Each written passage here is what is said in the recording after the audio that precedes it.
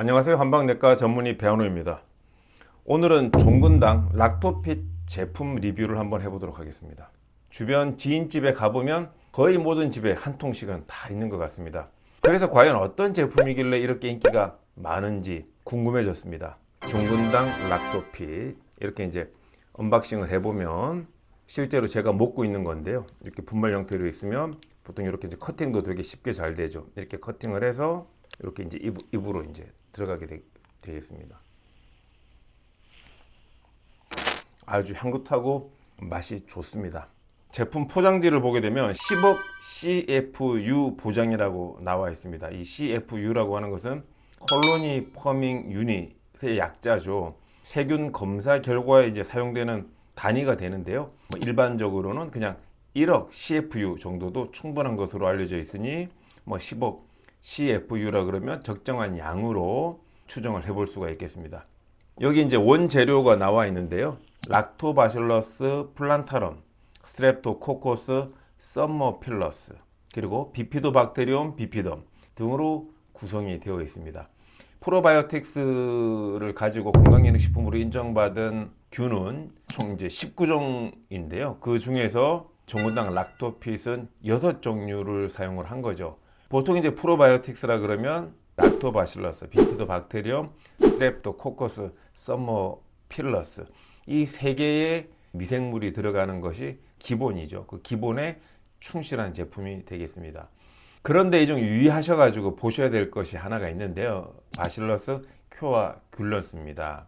여러 가지 이제 논쟁이 많은 부재료인데요. 이 락토핏에도 이제 들어가 있습니다. 이 바실러스 코아귤런스에 대해서는 이 블로그에 그 관련된 자세한 내용이 나와 있습니다. 조금 더 자세히 아시고 싶은 분들은 직접 보시면 좋을 것 같고요. 그 밖에도 이 바실러스 코아귤런스에 대해서 약사 공론이라고 하는 약사분들이 보는 신문 기사에도 관련된 내용이 나와 있습니다. 잠깐 그 기사 내용을 보게 되면 이 바실러스 코아귤런스가 건강기능식품의 기능성 원료로 포함되지 않음에도 불구하고 19종 중에 하나가 아니라는 거죠. 일부 저렴한 유산균 제품들의 첨가물로 사용되고 있어 논란이 되고 있다.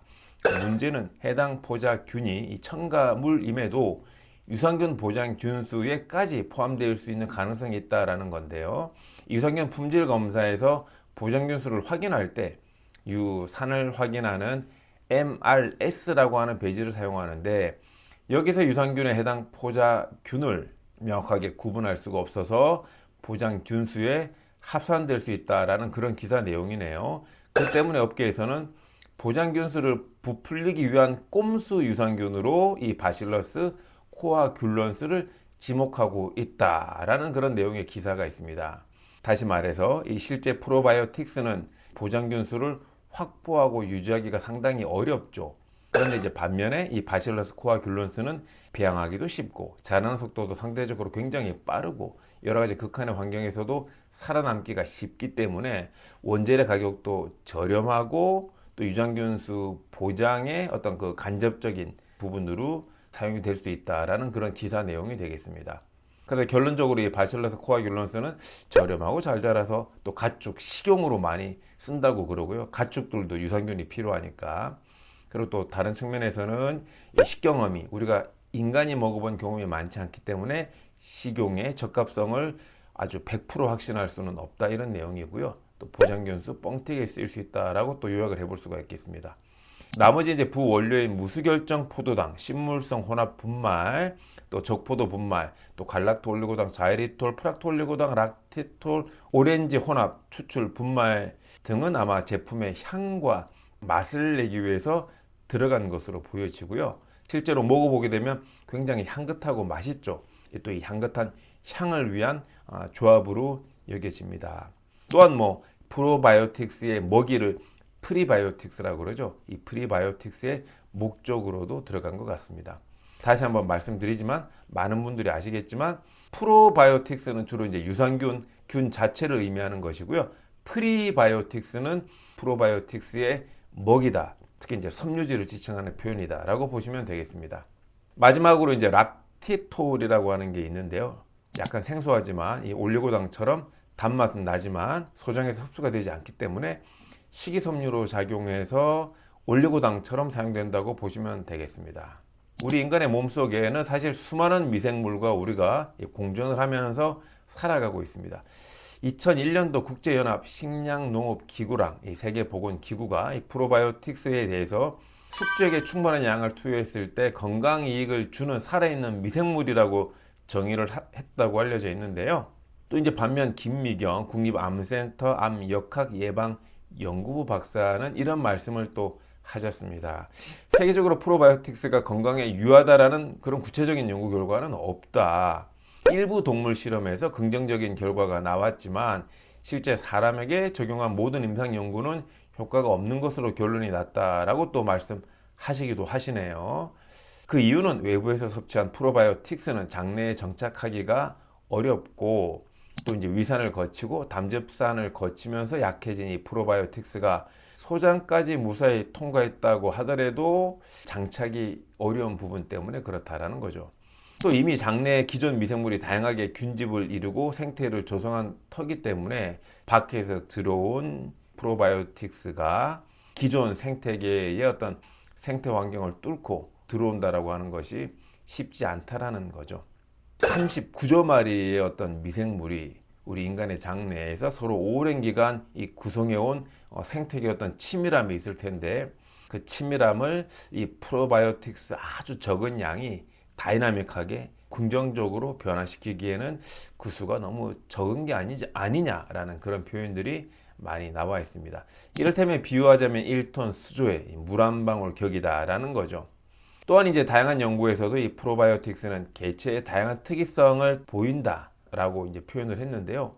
다시 말해서 이 프로바이오틱스를 드시게 되면 긍정적으로 효과가 나는 분들이 있기도 하지만 반면에 전혀 효과가 없는 분도 있다라는 겁니다.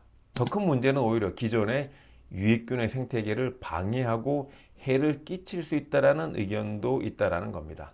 실제로 2006년에 스웨덴에서 한 50대 여성이 매일 다량의 유산균 제품을 드시다가 폐혈증으로 사망한 사례가 있다고 하고요. 2018년도에도 국내에서 비슷한 사례가 보고된 것으로 기사에 나와 있습니다. 그래서 이제 경희대학교 식품생명공학과 이주은 교수님은 장기에 출혈이 있거나 구멍이 생긴 경우에 면역 체계가 약화된 사람이 이 프로바이오틱스를 필요 이상 과다 섭취하시게 되면 폐혈증 등 생명에 위협을 줄 수 있는 또 감염성 질환을 겪을 수도 있다라고 이제 표현을 하신 내용들이 또 올라와 있습니다. 여기에 종근당 락토피스로 실험을 한 것으로 보이는 논문이 하나 있어서 제가 소개를 해드릴 텐데요.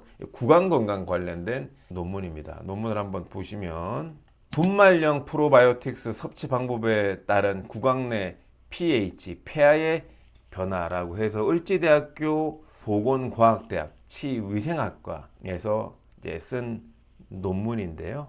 구강 건강 쪽에서 이제 프로바이오틱스를 걱정하는 이유 중에 하나가 논문 서론에 나와 있는데요.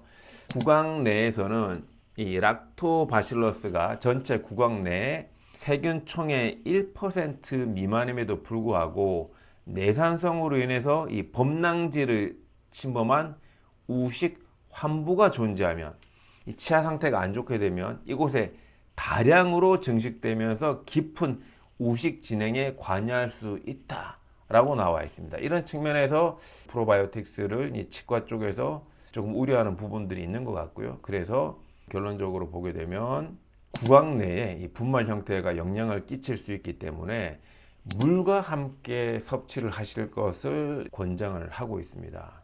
그래서 어떻게 그 멘트가 되어 있냐면 본 연구 결과에서 제시한 바와 같이 분말 형태의 프로바이오틱스는 생균임을 인지하고 구강 내 잔존 시간에 따른 부작용을 고려해서 물과 함께 복용하게 하는 소비자들의 섭취 형태의 변화 유도가 필요하다라고 나와 있네요. 저는 결론적으로 이렇게 생각을 합니다. 평소 현미채식으로 잘 드시고 된장, 청국장, 간장, 김치, 동치미 등 이 전통적인 발효식품 위주로 잘 챙겨서 드신다면 프로바이오틱스는 자연스럽게 섭취되는 것으로 충분하다고 생각이 되고요.